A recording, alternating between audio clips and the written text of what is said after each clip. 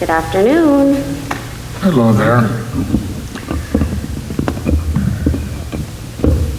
Thank you for your interest in our Arts Commission, and thank you for spending the afternoon with us. Thank you. We have a series of questions that we're going to ask you, and you have about 10 minutes to answer those questions. And the first one, the most obvious, is why are you interested in serving on the Arts Commission? Well, I believe I have a great desire and passion to kind of work with all aspects within our community. Fortunately, with time constraints, I decided to really take an interest in public arts. I have the tenacity, the skills, leadership abilities, outreach abilities to represent the community and what they would want in public arts. I come from a team-centered approach, so it's just not what I believe. I believe it's important to survey the community and get their influence and opinion on what we want in terms of public art installations and performing arts. For adults and especially children, I do believe that we are very much lacking in terms of performing arts for children within Cathedral City. Most of the residents with children are having to go to Palm Springs or Palm Desert or even Indio. We're behind even in Indio in terms of performing arts for children. So I thought maybe that's the time to kind of address that and look at that. Good, thank you. Mr. Carnevale? Hi Denise, how are you? Hi. Could you please tell us a little about your experience in education and highlight anything in your background that you feel is directly related to the responsibilities of the Arts Commission? Well, I have a bachelor's degree in social science and a master's in social work. My time that was spent in college, I was part of Ballet Folklorico, so I've been a dancer pretty much my entire life. I was also a singer, and I attended Nellie Kaufman Middle School, where I was awarded the Isamata scholarship for Isamata, which is a performing arts high school in Idlewild. So I was one of those youth. I did not have a lot of experience with that, except as a child in dancing.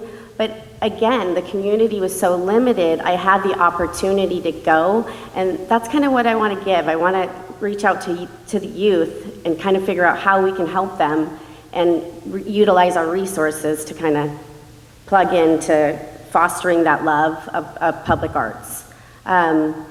And then also, just in terms of my adult life, now just continuing the love of arts and different multimedias of arts, but mainly public arts.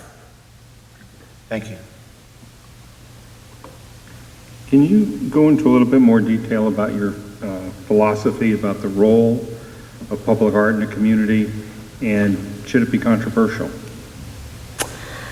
My philosophy is, I think with the eclectic diversity within this community, we really need to have a philosophy that encompasses the whole demographics of our community. We have a lot of well-respected artists in this community, and a lot that are standing here today as commissioners are really well-respected artists, and I respect them. However, I believe the 7 commissioners need to look beyond their knowledge and their own experiences and outreach to the community to help foster a love and appreciation of art that some of our community has never been exposed to. I think it's essential that we tap into our local artist community, our up and rising youth and adults in terms of art, and our established artists. In terms of controversial, I think art is controversial, and it should be, and it's always on the, what I interpret art is may not be what you interpret it as, and we may not agree, and if it's controversial, then so be it. Thank you. Mr. Kaplan? Good afternoon. We are moving along. Art commissioners make a recommendation to the City Council in terms of purchase of quality art pieces, but also have to stay within a restricted budget. What are your ideas on how to reconcile those seemingly competing priorities? I also believe that art doesn't have to be so extravagant and expensive. Again, that's, I think, where we come into the local artists and the up and rising artists, that maybe we can compromise on price. I don't think it should be extremely extravagant into one sculpture or piece where we've extended the budget for other things. I think that as a the commissioners is just having that discussion and that dialogue about what, who does it serve? Does it serve the whole community? Is it beneficial? And then coming to some kind of reconciliation about where we move forward and where we can, spend the most. But I believe that it should be distributed evenly as much as possible. Thanks. Thank you. Hi, Denise. It's likely that you and your, if appointed, you and your fellow commissioners may not always agree on the type of art needed or on the merits of a particular artist or on a particular piece to recommend to the City Council for installation. How would you reconcile those differences? Well, like I've indicated before, I'm a team-centered approach person.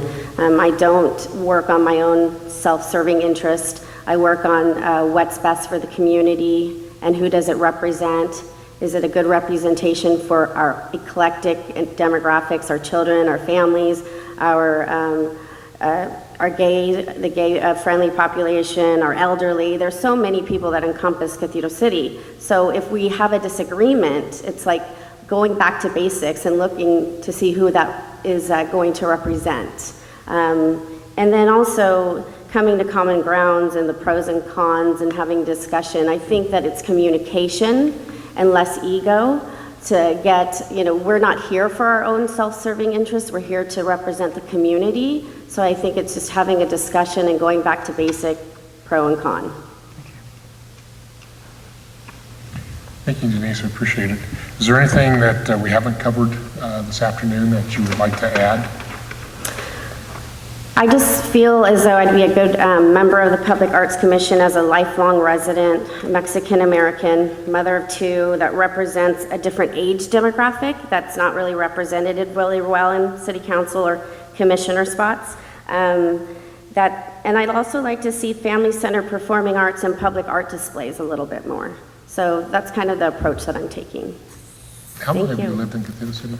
Well, I was born here in 1973, and the time that I did leave, I went to pursue a bachelor's degree at Cal Poly San Luis Obispo. I was there for about 6 years, and then I came back to the desert, pursued a master's degree, and decided that I wanted to continue to reside in the area that I grew up in and to give back to the community.